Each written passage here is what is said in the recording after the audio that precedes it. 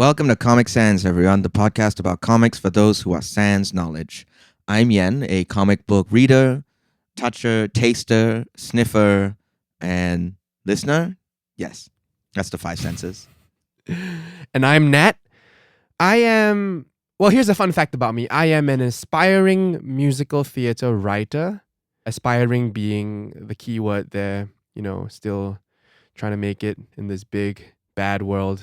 I'm going to disagree. I don't think aspiring is the key word. I think writer or music is more key because if you take out either music or writer, it doesn't make any more sense. Another fun note related to that is Yen and I wrote a musical before. Fun fact about that. You can scour the internet to see if you can find any traces of that. There are some traces. But COMPETENC.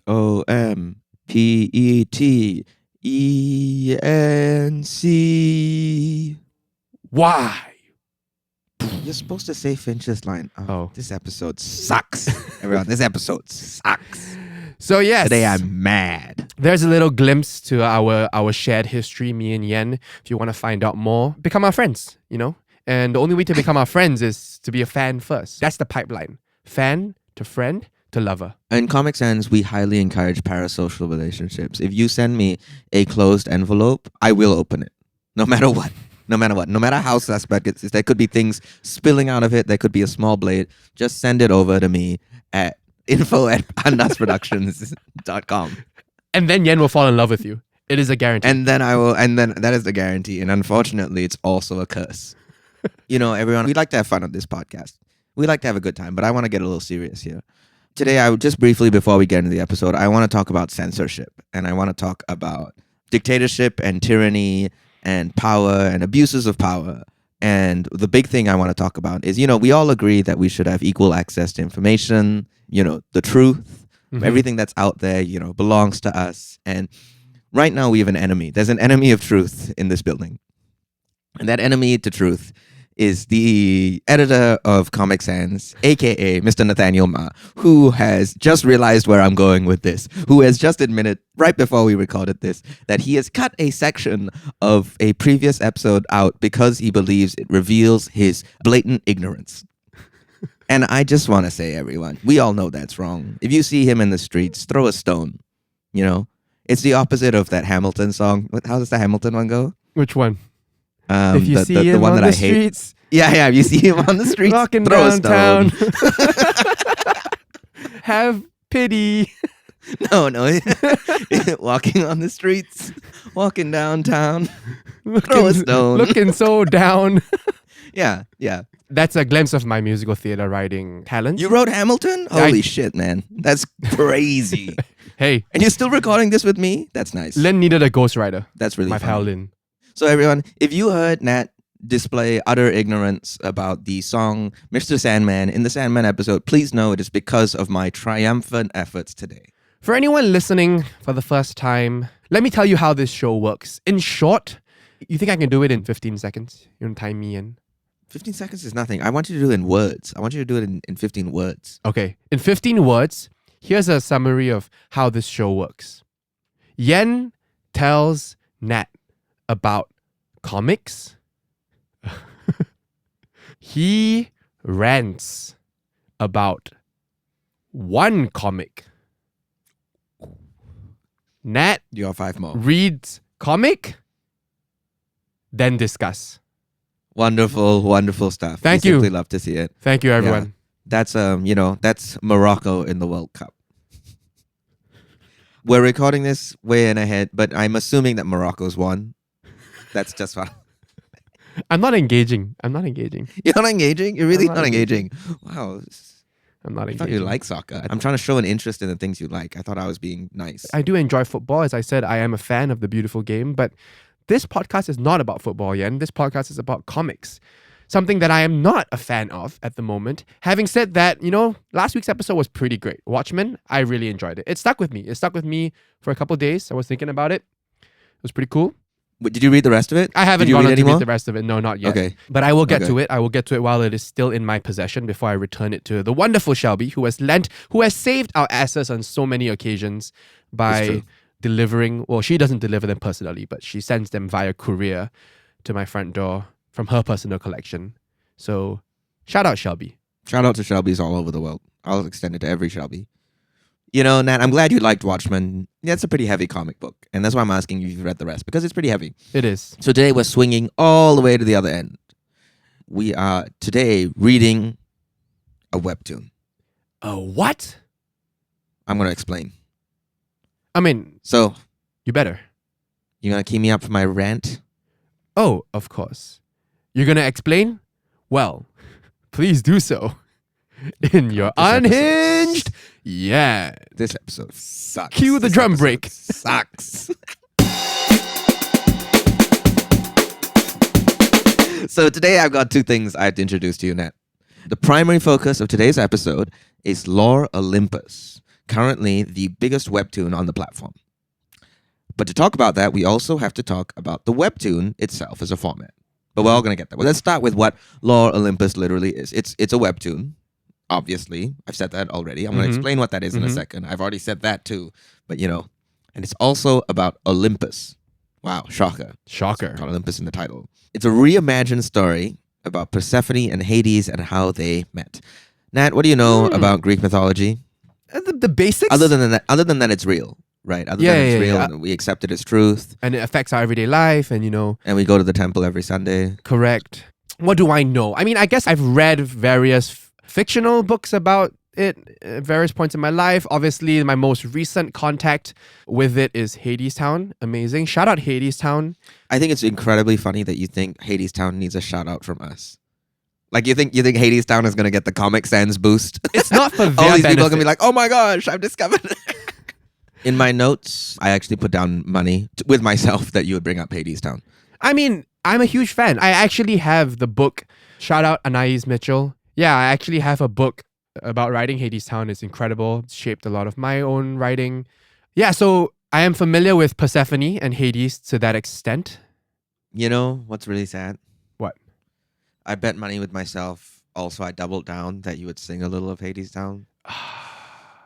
So that's too bad. That's You too know, bad. Yen, I'm breaking the I bank. give the people what they want, the people being you. Okay. And if you want it, I will deliver it. Because Okay, let's that's the hear kind of person I am. Are you ready? Yep. Why do we build the wall, my children, my children? That is 100% the one I wanted you to do. Wonderful. I'll pay up my to myself. do we build the wall? Dong, dong, dong. Why do we build the wall? We build the wall to keep us free, and the wall keeps out the enemy. All of that has to stay. That has to stay. Thank you, Nat, for that wonderful performance. Thank you. As we can see, with all these different interpretations of Greek mythology, a lot of people have taken their stab at it. And Lore Olympus, like many of them, isn't concerned about accuracy, as accurate as you can be to a myth, which is, you know, not really history either. Right? It's about reimagining these characters, reconjuring them in this modern fantastical world, and making it primarily a love story. So the whole thing about Persephone and Hades, the myth of it in broad strokes, and I'm going to get this all wrong. So again, send your criticisms to andasproductions@info.com. I'm changing the email every single time. Hades.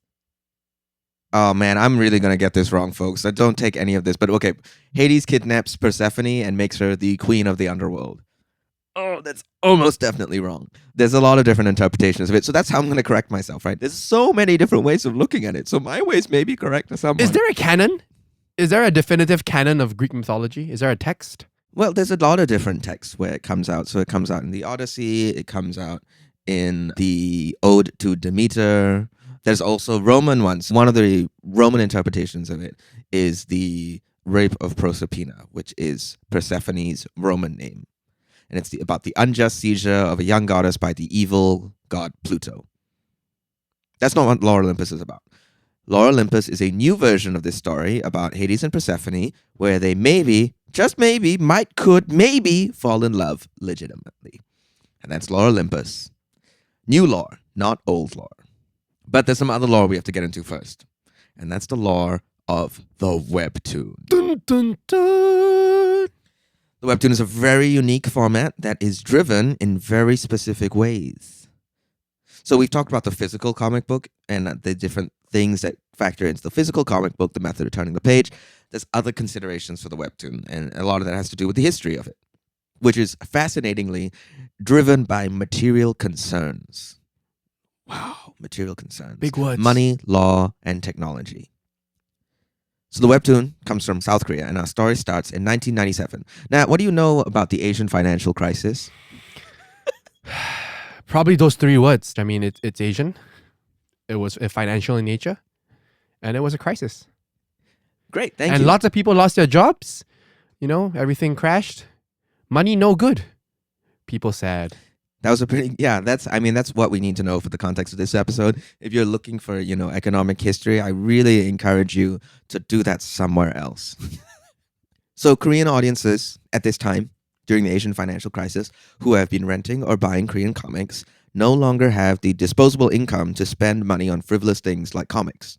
And at the same time, historically, Korea has blocked off Japanese imports, such as manga, due to the unjust occupation of Korea by Japan in World War II and the many atrocities committed.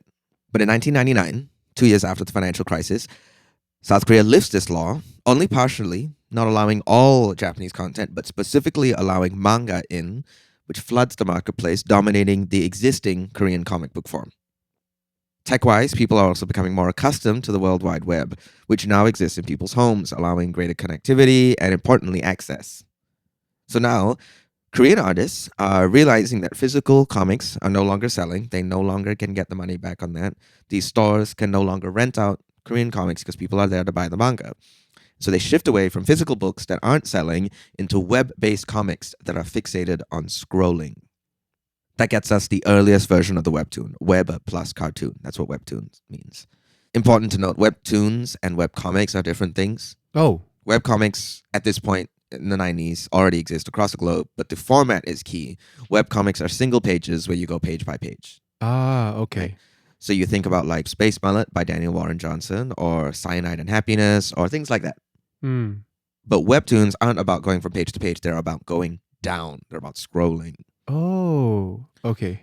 It's incredibly popular when it first starts in South Korea, with many people now having the access to make comics and also the ability to read them. And as the 2000s come in, the smartphone is also on the rise. So again, material means which shifted the landscape of comic books in the 90s in South Korea is now shifting again in the 2000s. Now artists and audiences are thinking about their comics in a new way. Because it's on the phone, it's now about scrolling on the go. It's about making a format that lets you read it on your phone while you're on the way to work, on the way to school, whatever. Something that exists between these places where you're trying to get to, or when you're on the toilet or whatever, and is also immensely bingeable. In 2012, the global usage of phones surpasses the computer. And Webtoon is perfectly poised to take over. But what about money? How are you going to make money from this? Yeah, what about the money, Yan? Money's the last material concern I'm going to bring up, right? Okay, so there's the adaptation rights. A ton of Korean webtoons get made into TV shows and movies. You see a lot of them on Netflix, and so you get the money from that. But the platform itself, Webtoon, needs an income. How do you do that? You have to make people want to pay. But the platform is largely free. How can you make people pay? You make them pay for the next chapter. Webtoons, like the American serialized comics that we've talked about, come out periodically, but instead of monthly, they come out weekly. And artists are always ahead of that curve, right? And so for free, you can get up to a certain point, but it's always going to be 3 weeks behind. If you want to know what's going to happen next, if you want to get those next 3 chapters, you pay. That's how Webtoon makes money. And so now the hook, which we've talked about in other comics, right? The hook at the end of the issue, the thing that's going to make you want to buy the next one. It's so important because the livelihood of these creators depends on that. You scroll to the bottom, you hit the floor of your screen, and you gotta know what happens next. In 2014, Webtoon arrives in the USA. So they've finally expanded outside of the Korean marketplace. And that takes us to 2017 when New Zealander artist-writer Rachel Smythe decides to enter Webtoon as an individual, as just anybody, and makes Lore Olympus. Something I haven't been super clear on, the way you enter Webtoon as an individual, it's like YouTube. Oh, okay. You don't have to put any money in beyond your own labor to get your comic on the platform. And if you're noticed, you're noticed. So now we're at Rachel Smythe and Lore Olympus. Nat, indulge me for a second. I'm going to read to you an excerpt from the Homeric hymn to Demeter.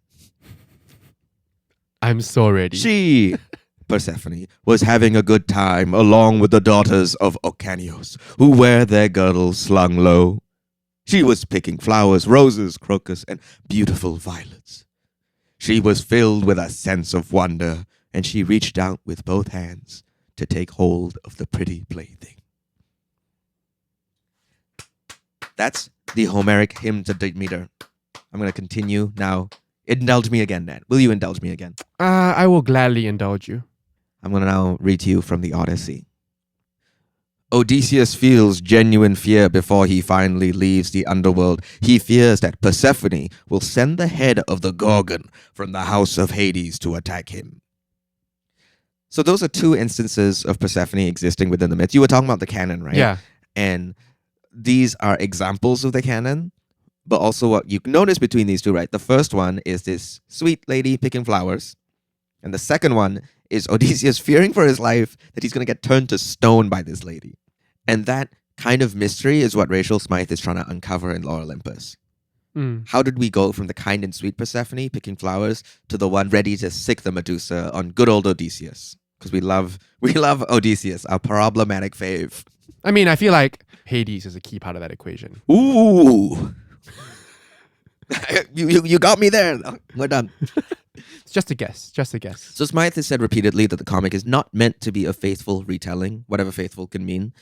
If people want to know the myths, they can go look at those texts. They can go read the Homeric hymn to Demeter. They can go read the Odyssey. They can go look at the paintings. But this is something new that plays with the drama of those stories and amps up the romance and downplays some of the ugliness, though some of it in Lore Olympus is indeed still ugly, morally. And so in 2017, Rachel Smythe decides to tackle this problem, going on a webtoon, and starts this comic just for fun. And it's really funny listening to some interviews with her, because there's one point where she's making it, and she was like, oh my gosh, I have 6 comments. Right now, Lore Olympus has 6.1 million followers on webtoon. Oh my gosh. And a cumulative 1.2 billion views across its chapters. That's insane. Is it still ongoing? Yes, it is still ongoing. Wow. There's a Netflix show in the works, and a physical book that restructures these chapters into regular printed pages and is for sale. So with all this immense success behind it, the question is why? Why is Lore Olympus doing so well? So why does it work? There's plenty of reasons, right? Okay, so the first one we can think of is that Greek mythology always excites people, right? There's so many retellings. It's been done a million times. Percy Jackson, Wonder Woman, Madeline Miller's books, there's no shortage of it. So if we say simply that it's a retelling, that's a little rude because it's not the source material. And the canon already exists. Right? It's the choices that Smythe makes with adapting that makes it feel fresh on top of the wonderful visuals of the comic. So there's this pure aesthetic joy of it. Lore Olympus is incredibly nice to look at. There's a painterly quality to Smythe's work that avoids the hard lines we normally associate with online webcomics. She's not interested in creating that very clean digital look. It feels like it's been painted. The colors are smooth, there's a flow, and not just the flow down the page, but the flow between colors. There's some simple color theory stuff, like the blue of Hades looks great against Persephone's pink. And that's just one part of it. That just makes it pop, makes it stand out. But there's also, in terms of the aesthetics, there's also the fashion. Smythe wants to make the characters feel different in multiple ways, right? So it's not just what they're saying and how they look, it's what they're wearing. And this is the thing that we keep coming back to in this podcast, right? Multiple layers of meaning. Fun tidbit for you, Nat, and only you. Smythe has attributed her love of fashion and wanting to design these outfits is because when she was younger, she was a figure skater who would design her own outfits, including an outfit for a performance set to music from Sir Andrew Lloyd Webber's Cats. Memory all alone in the... I think you were so high on your pitch, I don't even know if your mic picked any of that up. I saw that coming from a mile away. And then, so on top of the aesthetic stuff of it, right? Because it's not just about having a pretty thing to look at. There's also the story. Because it's not an attempt to get it correct. It's just about telling the story she wants to tell. Smythe was savvy early on, even before she knew it'd be a success. She was concerned about her primary audience, which was her. She wanted to make comics that she would stick around for. Characters that she would care about drawing and would have fun drawing. So it's committing to something that excites her. The artist who, longer than any audience person, has to stick with these characters. It's also about imbuing them with personalities she and then we can root for. The thing I really admire about Lore Olympus is its multiple perspectives. We're not doing a Roshan thing where we're getting the same event multiple ways. Mm-hmm. We're getting the same story, but from the interior of these two characters, Hades and Persephone, who are, for many reasons, unable to communicate to each other precisely how they feel. So the chapters I've picked today have different focuses. There's things like Persephone's past and her mother, Hades and his responsibilities, and also, eventually, their meeting at equal footing, because they meet several times before that happens. And that's one of my favorite chapters of Lore Olympus. That's when I got hooked. A bunch of the chapters I've picked also are just there for the vertical scroll, which is a format that's going to be new to you. And I think Smythe uses it in really exciting ways. And I won't say anything about that beyond that because I just want you to read it. Okay. Why do I like Lore Olympus? Because it's really bingeable and it's easy to read. But making something easy to read is not easy. Plain is easy. Boring is easy. But making something feel easy to read, that's really difficult. Right? Making a comic that is something I'm never reluctant to just pick up and scroll and read. Something I can dive into on the train or the bus or before sleeping or, heaven forbid, on the toilet. The best webtoons get that. That keeping things in these short little snack-sized bites doesn't make them cheaper artistically. They have to do a different kind of work that keeps us engaged in these micro chapters. They have to keep us scrolling. And like Persephone, we are plummeting down into the depths of the underworld. We can't help ourselves because we have to know more. So now it's your turn, Nat. Dive away. That is brilliant. I'm excited. Okay, so before we started recording, Yan instructed me to download the Webtoons app. Yes. And I did. And we were in the midst of setting it up. And then we thought, hey, we should record this.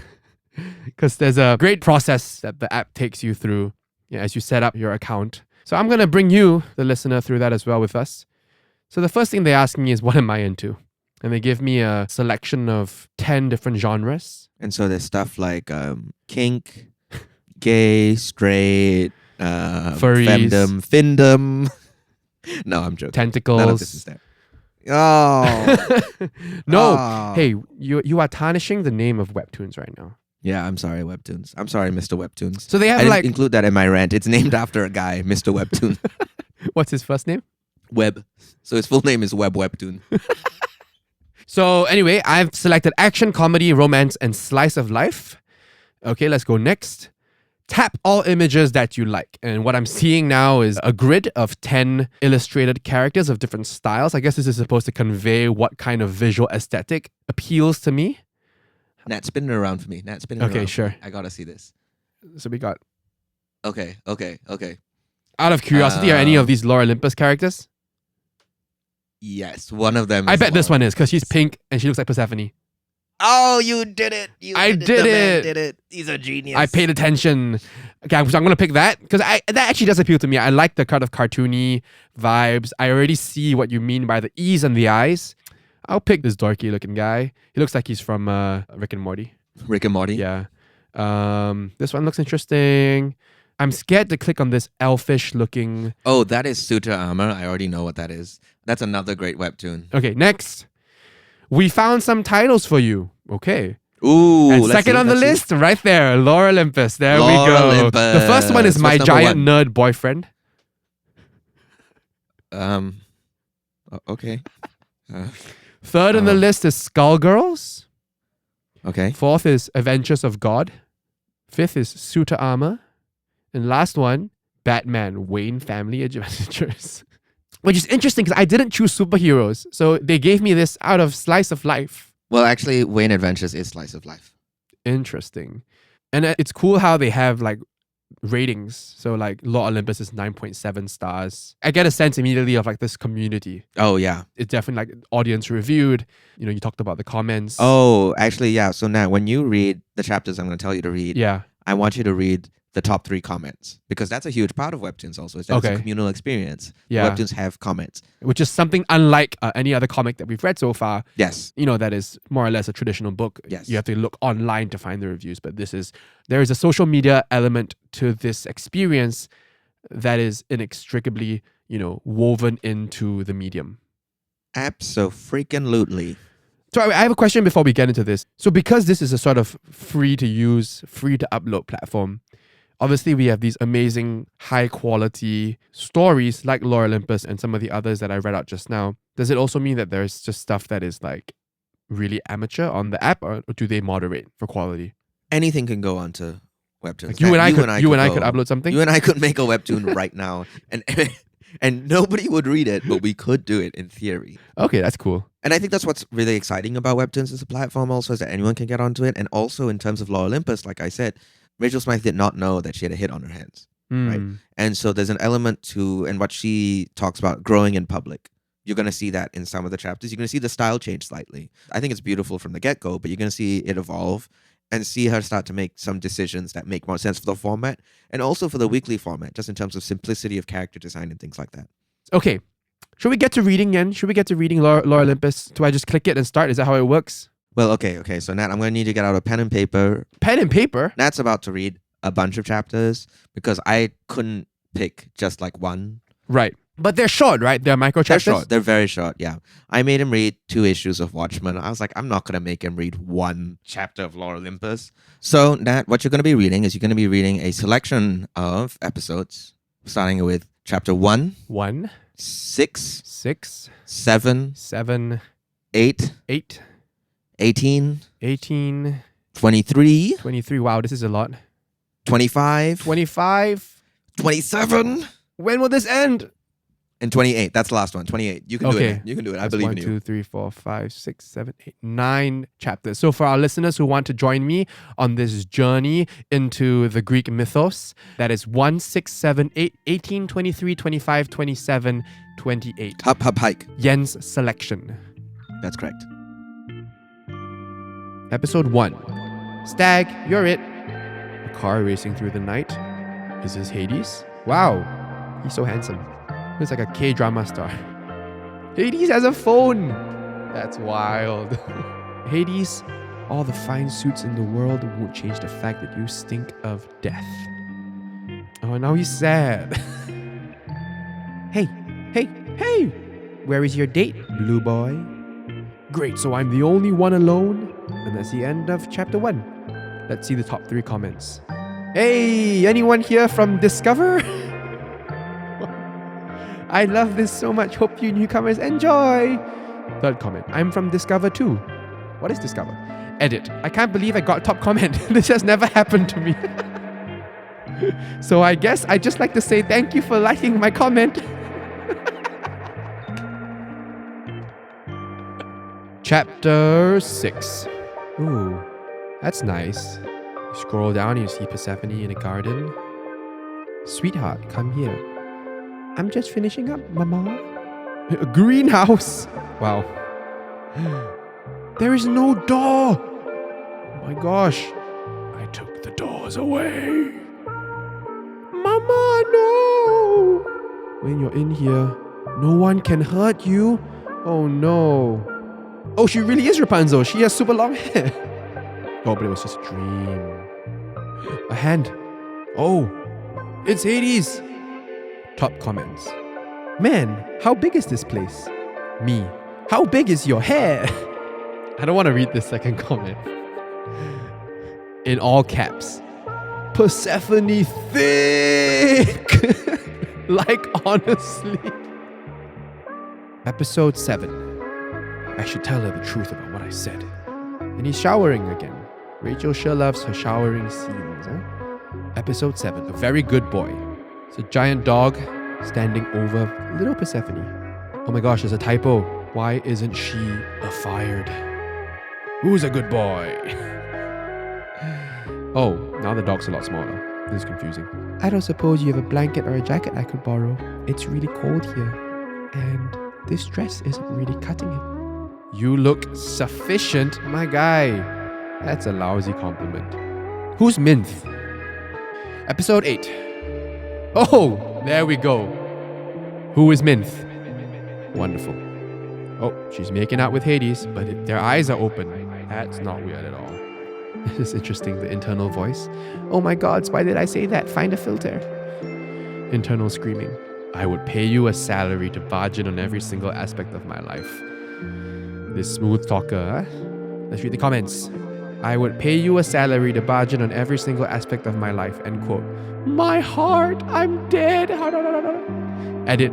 Thank you guys for top comment. Nah, now it's my personal goal in life to be top comment. Third comment. In all caps. He thought they were gonna in the kitchen. Oh, he a hoe. Episode 18. We're jumping ahead 10 chapters. He's just thinking about Persephone. My dude's obsessed. Doesn't even have a number. Sheepish Hades is something I've never seen before. Stay away from here, you complete piece of shit. First comment. Yes, Hades, defend your girl. Third comment. Can we all take a second to appreciate the amazing art of this amazing webtoon from the amazing author? Can we also take a second to appreciate the people reading this webtoon also? Because the people involved are the most beautiful and wonderful people in the entire universe. That's you, Yen. This is interesting. 23. Oh, it's Apollo. Oh dear. A Wolf in the Hen House, Part 2. Oh, she's waiting on Hades to text her. Oh dear. Where is he going? Where's Apollo going? He got shady eyes. Top comment. Ew, no, I want Hades back. Second comment. As Paulo, by the power of the fandom, I command you to be gone, thought. Blinks furiously and Hulk smashes ground twice. Hades, where you at? I don't like this fandom. 25. I'll make an appointment with my therapist. I love it. Hades is a therapist. Normalized therapy. Comment number 1 from Thick Buns. Wait till he finds out what Apollo did to Persephone and that bitch will get Avada Kedavra out of here. Episode 27. Deal. Hades, can I ask you something? Did you get to choose your job? It was either the underworld or the ocean, and I hate sand.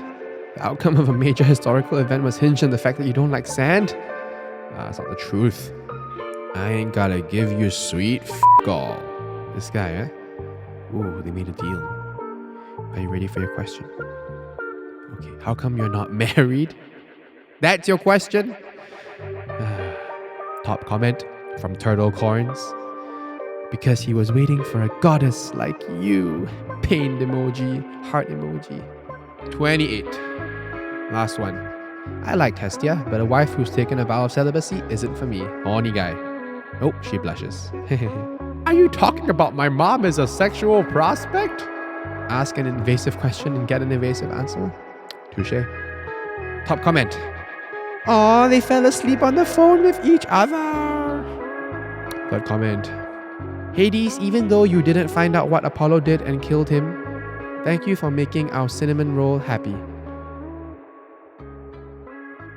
Welcome back, Nat, from your 9 chapters of Lore Olympus. It was a journey. It was a journey through the Greek mythos. What did you think? Did you have a good time? Seems like you loved the comment section more than anything. You know, for fear of angering some sort of like horde of loyal fans, I shall not make any comments on the comments. All I would say is, you know, there's a lot of loyal fans.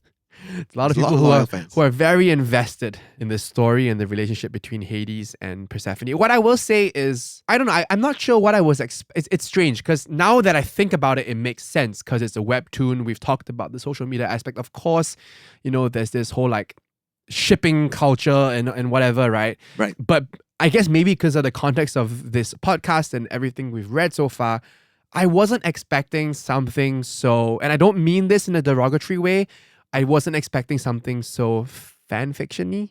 Like it read a bit. Here he comes. No, but I don't mean it in a bad way. I don't mean it in a negative way. Like fan fiction is great, right? It's a way for people to explore their own stories and their own narratives of characters that exist. But I just wasn't expecting it. I don't know. Do you have anything to say about that? No, I mean, I think what you may be getting at is what I was sort of saying earlier about the ease of reading it. How like obviously comforting it is. You know, like you're not stressed reading it. Yeah, I mean, for I sure. guess, okay, so I'm going to give context. We did skip one chapter in which Apollo assaults Persephone. Yeah, I gathered that, from the comments. And everyone who wants Apollo to die. Yeah, I didn't want us to do 2 weeks in a row with a scene of that ilk. Though I think that it is a powerful chapter, especially the way that Smythe portrays it and how it relates to the greenhouse and no doors and things like that. But outside of that, I mean, I think, 27, 28, the one when they're on the phone call, I think that shit's pretty nice. No, it's good. It's good. I'm sure we'll get into this, the use of the medium, the use of the vertical scroll and the way that you cut between the characters. Let's start there. Which talk to me before about we some get of the into that, vertical I want to scrolls. say one more thing. The other thing that I Okay, wasn't okay. expecting, Okay. I wasn't expecting to be so horny lah. I wasn't expecting so much sexual You weren't tension. expecting to be horny? I mean, yes, I know. Like, do not on this podcast tell me that you are horny. That is absolutely not what I want to hear. I didn't Absolutely say not. I'm Do horny. not tell me. No, I said no. You said I. You said I. No, you sicko. it got lost. You I sicko. Get him out of here. Get it's the recorded. pitchforks. I said Get the pitchforks. I said Folks, send in the emails to info@Andas Productions. This guy's nasty. I said I did not expect it to be so horny is what And I by said. it, he's referring to himself. No, I'm just saying there was so much sexual tension. I mean, I know it's the whole trope that like the Greek gods and goddesses are like they're at it 24/7, but when you described it, the art style and how smooth and easy and nice it is, and then when we saw those thumbnails in that, the opening, like, what are you interested in? Persephone looks so cute and innocent, and that was kind of like how I was prepared going in, and then as the comment said, she be thick. And so you're saying because of her body type, she's sexualized? Is that what you're saying? I just want to get that clear. No, I'm just saying. You think that because her body looks a certain way, therefore the comic is horny. I just want to get this clear. I want to get it on the air. I think the comic is horny because it's horny in terms of the content, and they're constantly hinting at sex and talking about. And how does that make you feel? How does that make me feel? It makes me feel Don't answer that. Angry Don't answer because that. I swore a vow of celibacy 3 years ago, and that's what you're calling it now. Okay, Yeah, I didn't know that's what you're calling it now. Okay, I I'm didn't against know. I didn't know you changed. I'm against all form of sex, so I just want to say, it's not for me. I don't know where to go from there. I don't know what to talk about anymore. But I'll say it. Persephone is very attractive. There it is, folks. There it is. We got it. You heard it here first. And I'm so upset that we all experience this together, folks. We will be making a support group for me and everyone else who's listening to this podcast. We've all experienced Nat being horny. Can I asking for a friend? Is there Lore Olympus fan fiction? I don't know. I'm not. That's not where I'm at. That's not where I'm at personally. That's where I'm at. Okay, that's enough. That's enough, folks. Oh, I never thought that I would be the one to keep this in control. That's horrifying, man. That's horrifying stuff. Let's talk about the format and the medium, shall we? We shall. I definitely saw what you said in terms of how Rachel Smythe grows into the format. Like the first episode struck me as like it almost looks like just like pages on a comic book.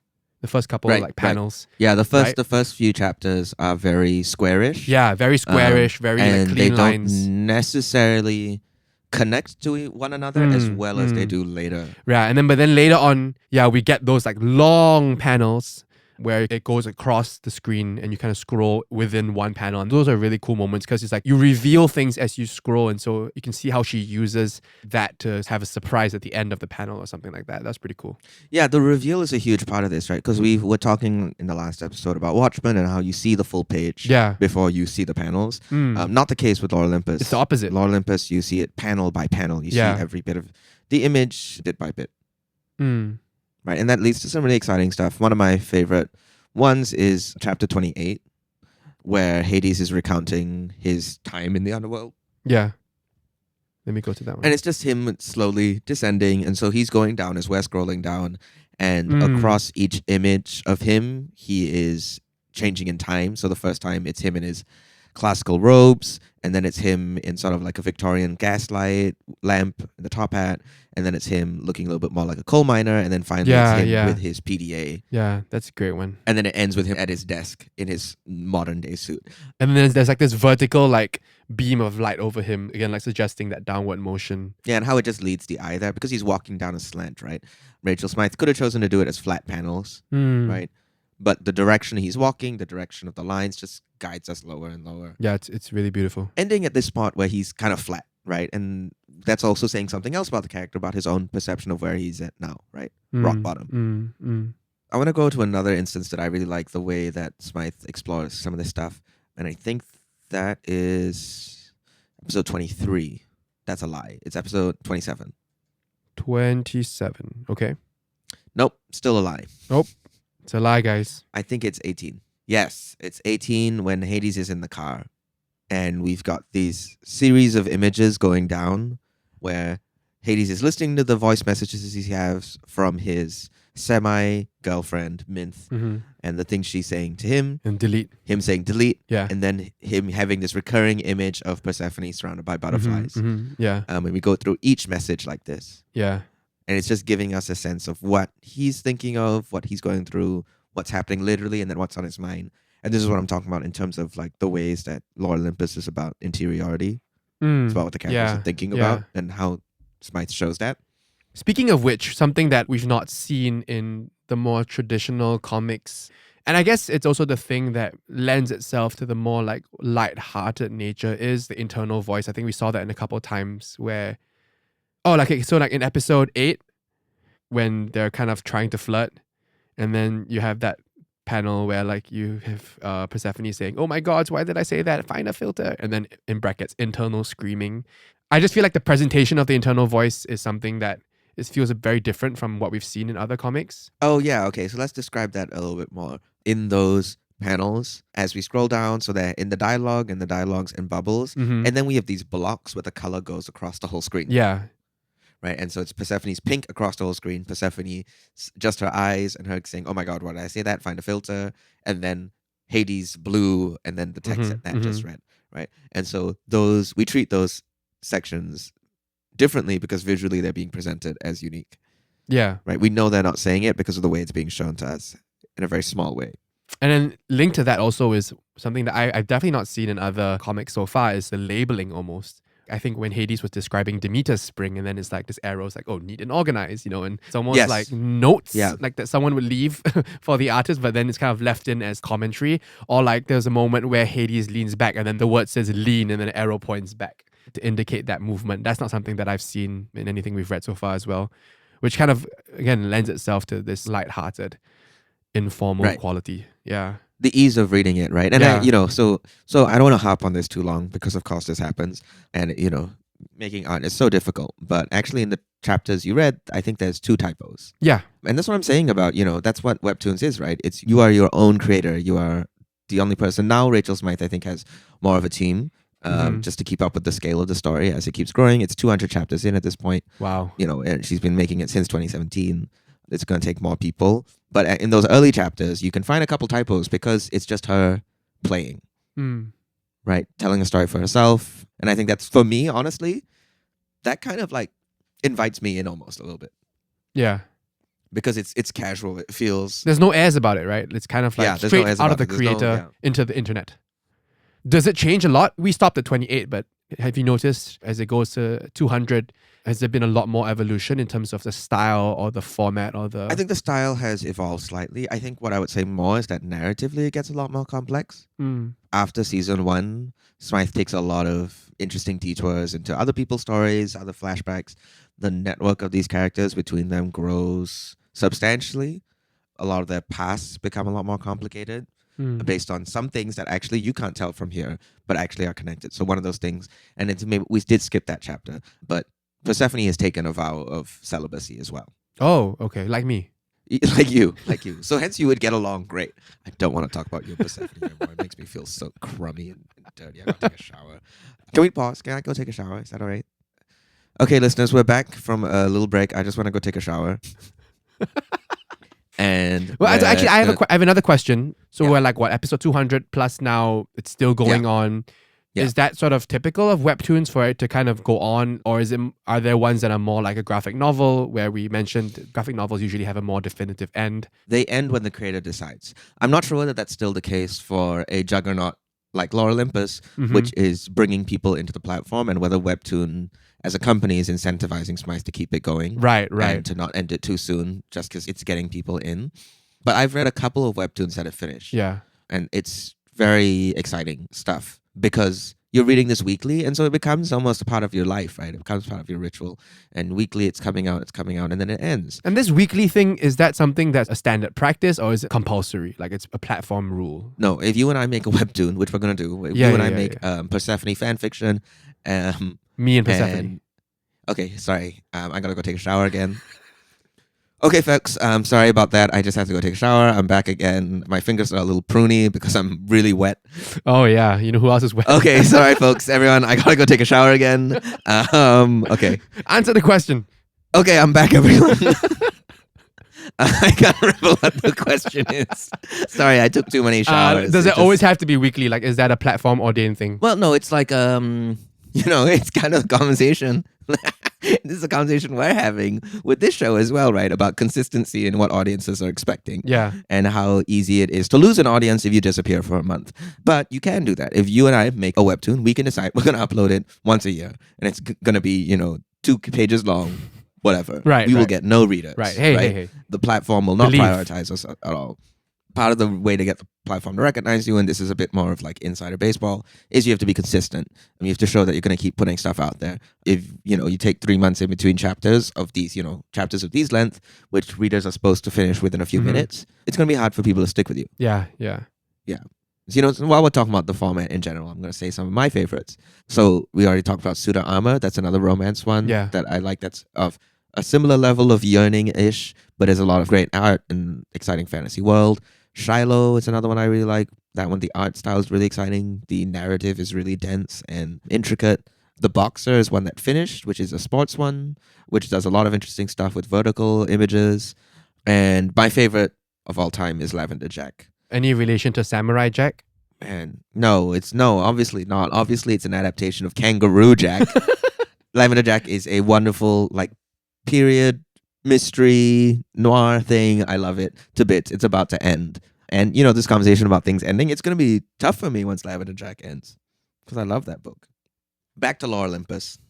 I want to hear more from you because I wrote down a note from your rant which talked about the fashion and costumes aspect of it. Uh-huh. It didn't strike me immediately as I was reading. I mean, obviously, Hades wears a suit and Persephone wears, I don't know what she wears. Not much. Okay, folks. Hey, it's a plot point. It was a thing where she was like, oh, I'm so cold. I mean, yeah, right. But this thing about the jacket is literally a plot point. Right. Right. So then that moment, the costume and the plot interweave. Mm. But the other way that it's really made very prominent is a lot of flashbacks are signaled through what they're wearing. Because within this universe... This Hades moment you mentioned. Yeah. The characters are thousands of years old. Yeah. At least Hades is. So there's that. There's another moment that we didn't include in which Artemis dons her battle gear to scare off someone. I don't know why I'm talking about this because you didn't read it. Yeah. I can imagine it. Yeah, but it's an exciting thing because it takes her back. She dons her ancient warrior gear in between panels. It's like a snap. She's snaps it up from her sports athleisure. And it's one of those moments where you're reminded, oh yeah, these are gods. Right? They're dressed like normal people, but they're gods. Yeah, and the clothes position them in our reality, in our universe, in these modern times. Yeah, as do the phones and the other aspects, which is something that's it's cute. And the traffic lights. And the traffic lights. And the strip club. Yeah, sure. And the showers. I never thought of Greek gods and goddesses needing showers. I don't think I've ever seen that in any other representation of them. Okay, we're at risk. We're at risk, folks. I'm talking about it from a hygiene sanitation level. Do you think they need showers? I know. I'm just saying, but you're reminding me that I do like taking showers. Oh. So tread carefully. We may have to take another break. What are they cleaning off, I don't know. I guess another interesting thing, because you did make me read the comments, which was fun. Yeah. So there's this aspect of the reader input through the comments, potentially informing and influencing the plot as Rachel Smythe writes it, right? That's something that I guess is not as prevalent in other comic formats. So the comment section, right, to be, completely accurate is not a totally new idea, right? Going back to the forum in ancient Greece. But moreover, American serialized comics have letters. That used to be a huge part of it. So the last 4 pages would be letters from the readers asking the writers questions. And so I think that's part of where this comment section is coming from. But the difference being is that the comment section, there's no barrier to entry. You can post a comment right now if you want. And there's also the voting up, which is funny, which lends itself to another thing. You know, a lot of the big webtoons, almost always the comments will have the edit, oh my gosh, top comment. Yeah. And so it's an interesting choice by webtoons as a platform to create a community by doing that. Like, what's happening there? What are they fostering? What sort of sub-communities exist within the community that uses the platform that rotate around certain stories? Let's talk about the romance. Come on. Let's give the people what they want. Let's give the people what they want. It's what all the Let's commenters give the wanted. people what they want. Do you buy it? Oh. I mean, I guess so. Okay, Do you not? That's good enough for me. No, I buy it. I love it. Yeah. I definitely buy it. At some points, I was like, this feels slightly predatory. I mean, but then also the fact that they... Oh, boy. No, as in the fact, like... No. There's something you don't know, which is that at this point, Hades doesn't know that Persephone is 19 years old. Ah, okay. Yeah, so there's that. But then there's also, to counter that, the fact that they live forever. So then it's like, what is age, right? Like... Right. Yeah. It's actually a really funny chapter when Hades finds out because he gets really, really upset. Oh. Like, he's like, oh no. And it cuts to all the panels where it was very obvious, where she was alluding to her age without saying it. Right. So he has a moral compass. That's good to know. Yeah, but the whole fact that he was romantically interested, or no, he could have been romantically interested in her mom was a bit weird, and then her. It's weird, man. Yeah, it's weird. These Greeks, dude. These Greek gods, they were up to something. But it's all kind of like given a hall pass because they're eternals, right? They live forever. So yeah, but then there's also the choices that Smythe makes to be faithful to that kind of stuff. That's in like the core of the characters. So like Zeus in Lore Olympus is having multiple affairs. Yeah, classic Zeus. Classic Zeus, right? Poseidon's into mermaids. Poseidon's a bit of a weirdo. He's a bit of a ditz. Apollo is really scummy. Yeah, scumbag. Hermes is a bit of a himbo. And so it's like these modern takes on these old archetypes of these characters. Yeah. Which we are familiar with both in their ancient forms a little bit because of just pure osmosis. And then we're also familiar with the modern types of people they're representing. Right. And so then there's a connection, there's a familiarity that goes two ways that I think eases us into it and makes the whole thing just feel a lot more comfortable. Yeah. Like you just feel easy reading it, like I said. I want to talk about one last thing. Sure. Lighting. I think there's a lot of really evocative lighting. Very strong colors. Very strong colors. The ways a phone lights the face, the way the moon lights the body, the way a TV screen will light a room. I think these are all really, really great stylistic choices that again relate to these color theory things I was talking about. Like I want to go to chapter 23. Chapter 23. Let's go. And we've got that moment where Apollo heals Persephone's cut. Yes, with the magic powder. We got the magic powder. Your whole phone screen turns purple, which is Apollo's color. He's dominating the space. His eye turns gold. And that runs for a while. Yeah. And later in that same chapter, we've got all of them watching this movie. And the way the screen lights everyone up. Yeah, really nice use and the colors start to fade. Really nice use of lighting. It's just very foreboding. Yeah, for sure. Yeah, the art is great. It's very expressive. I think it's very expressive. Like you said, it's very painterly. It has the softness, the line work, the ink work isn't harsh. And the character designs are very distinct. So you didn't know. You couldn't tell. For some reason, you didn't realize that light blue means it's Hades. And so for an entire flashback, when it's clearly Hades, I had a guess, but I didn't want to. You didn't want to guess. You didn't want to assume. I didn't want to guess. You didn't want to notice that almost every single character in this book is a different color. Like Inside Out? Like the real world, man. Okay? Racism isn't funny. That's not going in.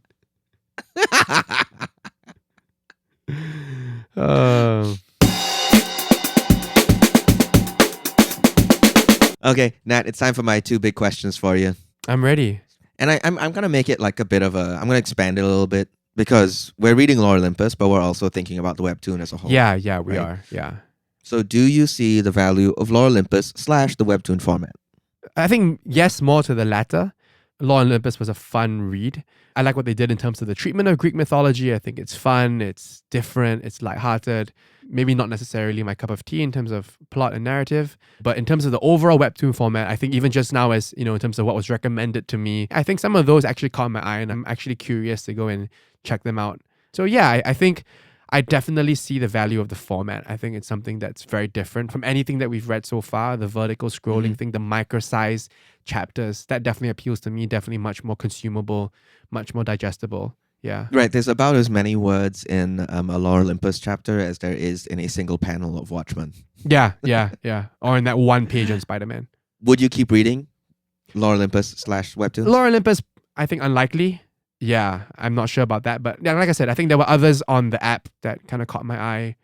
What I will say, I don't think I'll delete the app. I think that goes for something. Wow, we've got a convert, folks. We have got a convert. And my last question for you is, do you see the value of the comment section? And / will you keep reading the comment section? You may not want to read, I think you can go to any webtoons and you can skip the comment. Just go to the comment section. I think I'm good on the comment section. You think you're good? I think I can do without the comment section. No. We'll get a good selection going. Next week, everyone, on Comic Sans, we're going to just read comments. We're going to go to my favorite YouTube comment section. Do you participate in the comment section yet? That's what I want to know. No, because by the time I get there, they're already stuffed. They're already full. I'm never going to get first. It's not about getting first. It's about getting your voice into the mix. No, it's about getting first. So you can put the edit and be like, thank you so much. I want to thank my mom, my dad, my sister. Yeah. Okay, I want to thank Nathaniel Ma. Mm-hmm. I want to thank Andas Productions. Mm-hmm. Hey, if we made a webtoon, you could be the first comment and the top comment. Hey, that's actually a great draw of making one. Right? That's a great reason to do it. Yeah. Okay. Let's finish up this podcast and then we can talk about that. About me and Persephone? Okay. Sorry, folks. We got to take a little break. I'll be right back. While Yen takes a shower, let me just prime you guys about what's going to be coming up. There's going to be 2 more episodes in this season, and Yen has 2 more episodes to fully convince me to join the dark side. What's coming up in the next episode, Yen? Hey, everyone. I'm back. Next week, we're going to be looking at a certain devilish figure, may I say? Devilish? Devilish? More devilish than Hades? More devilish than Hades. He's got it in his name. No, I mean... Daredevil? No. Oh. I'm wrong. That was a misleading. We're going to be reading Hellboy next week, everyone. So it's not in his name. It's not in his name. I realized I got that wrong. He's got hell in his name and he's got boy, And if we learn anything from thousands of years of human history, is there anything worse than a boy? No. I would say no. There's nothing worse than a single boy. BUOY. Yeah, there's nothing worse than that. Those guys floating out there, ooh, ominous. Boy. If you see a single boy floating in the sea, run. If you see a single boy, if you see him floating. What is this, a song? Is this a new musical? It's the Hamilton. I'm trying to do the Hamilton song. No, that didn't come through. What's the tune again? Give me the tune. If you see him in the sea, floating by himself, bobbing Throw by a stone. himself, run away. We've come full circle. Okay, everyone. Thank you for listening to Comic Sans, and we'll see you on the next page. See ya.